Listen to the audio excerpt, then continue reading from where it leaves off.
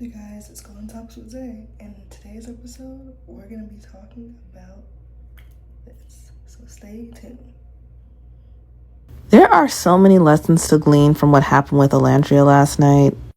I am waiting on Thursday's events to see how it all pans out, but no matter what happens, first of all, we've all learned rejection is really protection. Olandria is clearly a goddess-level beauty, but it doesn't matter if you are the best, juiciest, ripest mango on the tree. If some weirdo doesn't like mangoes, they're never going to be able to appreciate you, and they will pick an apple, pear, orange with defects over you, a perfect mango. But the other lesson for my black ladies is that you do need to open yourself up to a wider audience, whether that be a literal audience, as in the case of America watching Love Island, or just a local audience of who you interact with. As long as you're dealing with the Taylors of the world, it doesn't matter how amazing you are, you will always feel like you're the problem because you're getting the same kind of feedback no matter how amazing you are. You change your audience, you change your results. Which brings me to the third lesson, which is that you control your reality. Now pay attention. Reality TV has most often been an extremely hostile place for black women who are unambiguously black, particularly if they are incredibly beautiful as well. But the tide is turning. I have to tell you, the people, the executives, it looks like they have seen people shipping Nick and Olandria.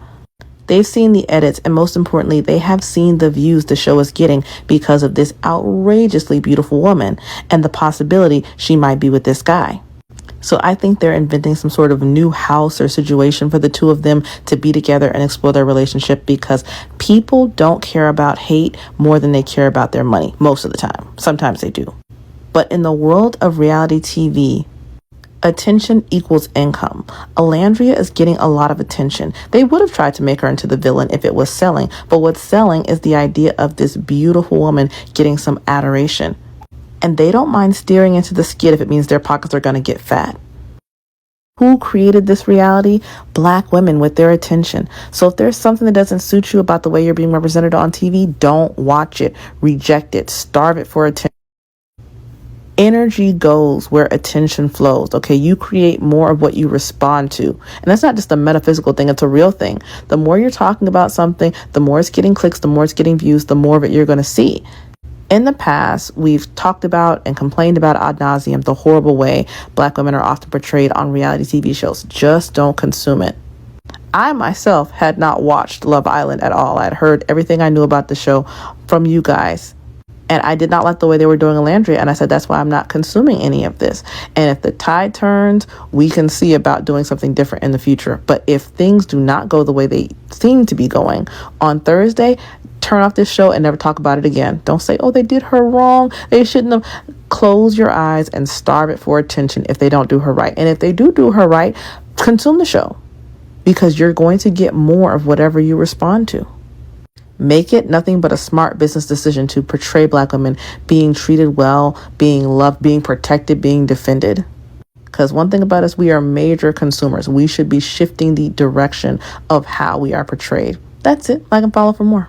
You see what I mean when I say producers are ruining the season? Because what even was that at the very end? They're leaving, they're not leaving. At this point, why don't we just bring everybody back and we'll have 30 people in the villa and we'll call it Bachelor in Paradise. How horrible was that, watching Olandria say she doesn't want to entertain any other connection. Her mind is on Taylor. Meanwhile, Taylor's making it very clear, I'm not thinking about Olandria whatsoever because I want to worry about the connections in front of me. Hearing her say I haven't been in a relationship for 5 years and I just badly want a relationship and I'm going to connect with him when we go back home.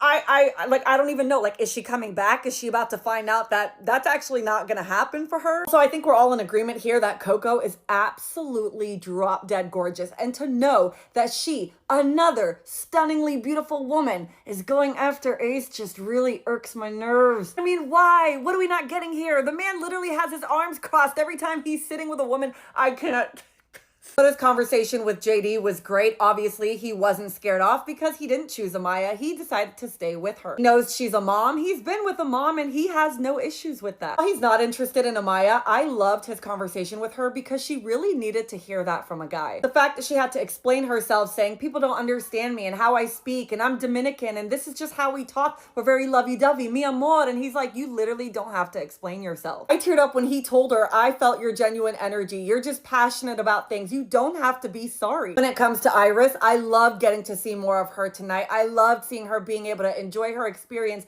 getting to know someone, and it feels like her and Zach's connection could actually be real. I have to be honest, when it comes to Nick, I enjoyed this episode a little too much because after what he did to his so-called best friend Jeremiah, this was his karma. It sucks that he's not actually going home. I'm happy for Olandria, but I don't like the fact that he's getting another chance. What is uncomfortable about the situation is that Olandria might be coming back to the villa, and we know Taylor is definitely not going to choose her over his connection with Clark. I think what irritates me most is knowing that he's going to have the opportunity to possibly choose from two women, while Olandria most likely will get screwed over. I'm not quite worried about Shelly because she said her connection to Chris is similar to her connection with Ace, and if she goes back to the villa with Chris and Ace wants Coco, win-win for all four, but I don't like that Ace gets a win in this situation. In the end, it felt like this episode was a filler episode. We didn't really get much out of it except for the fact that we now get to see who recoupled, especially in the villa. But what happens when everybody comes back? Especially because we're gonna have, what, 11 couples plus these two, which makes 24 people in the villa. This just sounds like a hot mess. I know what the fuck they did, guys. I know what the fuck they did. You know what? Something told me about this. Hold on. I know what the fuck they did. I knew the Casa Amor people were plants. Hear me out. Hold on, I gotta pause this. I have to talk about this quickly. So something was weird on how the girls were moving. I said, something's not right. I feel like they're trying to rectify something. Wait. What? Because first of all, I'm saying Aaron. Sorry, that was something else. It started the love. Anyway, they knew that we wanted to see if that was a thing. I was like, they said leave the villa, leave Casa Amor. They never said leave the island. So I knew they were up to no good, but I didn't know how they were gonna split it. I think they're gonna try to make them a couple and see what that is about because they know the fans are upset, but they told, hold on, part two. Okay, part two, I'm a little more calm. Okay, so here is my thing. I know that they were like, yo, people are upset. They could not lose Olandria. And they could not lose Nick because people would be so upset. So the reason why I thought they were plants, here's the reason why. There was something in how they chose and how they were connecting with these people.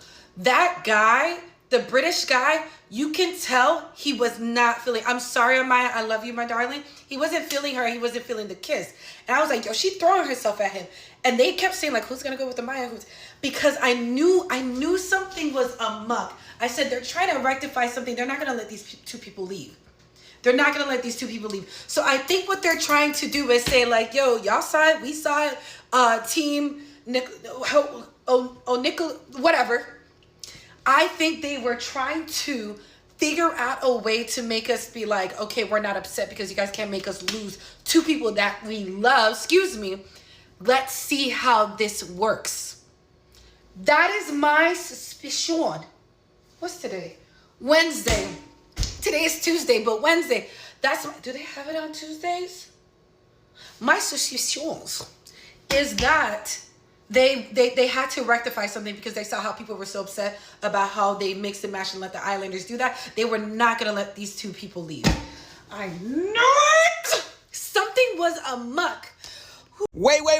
I think Nick Olandria is real, and the producers want that to happen so freaking bad because the way I didn't even see what the fuck happened at the end because I ended it after Olandria went home. I didn't care about Nick going home or nothing like that because Olandria, after that shit, I was done, teary-eyed and everything. I was like, nah, fuck this shit. I'm canceling my subscription whole time. I don't even got a subscription. I got my cousin's subscription, so I was gonna tell her cancel that shit. But anyways, Nick Olandria is real as fuck. Like, they literally hopped in the car together and she was like, come on, Nick, this and that, hop in the car fast as fuck.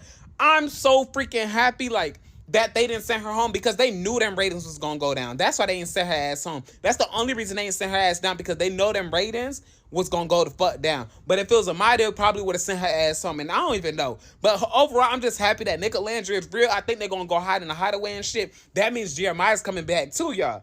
That means I'm not delusional. Jeremiah's coming back too. He's in that motherfucking hideaway too, on the other side of the room. And they all know what the fuck they doing. Plot twist, just like they motherfucking said. And I'm so happy because, like, Nick Olandria deserved love, for one. And for two, I want my girl to win, because the way she walked out of that villa, talking about pick up your face and keep your makeup looking nice, this and that, she was just so strong about it. She's so pure, and she deserves our money right now. She deserves our 100K.